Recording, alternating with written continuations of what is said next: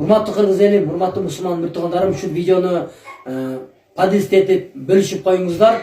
Мен бул кайрылуум кыргыз баатыры генерал ГКМнын төрагасы Камчыбек Кыдыршаевичке. Урматтуу Камчыбек Кыдыршаевич, сиз өзүңүз спортсменсиз, мен билишимче бокс боюнча мастер спортсуз. Көп сиздин жардамыңыз бир эле спортко эмес, көп жерлерде жардамыңыз тийип жүрөт.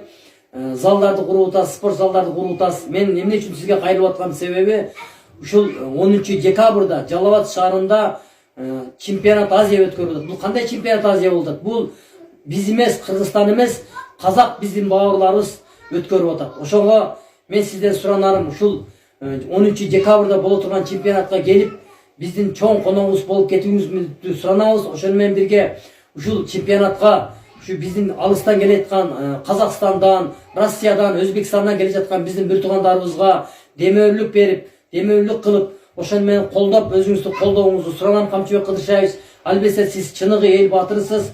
Сизди терең урматтоо менен 2 жолку чемпион Евразия, мен Нурдинов Акболот Абдыкадырович.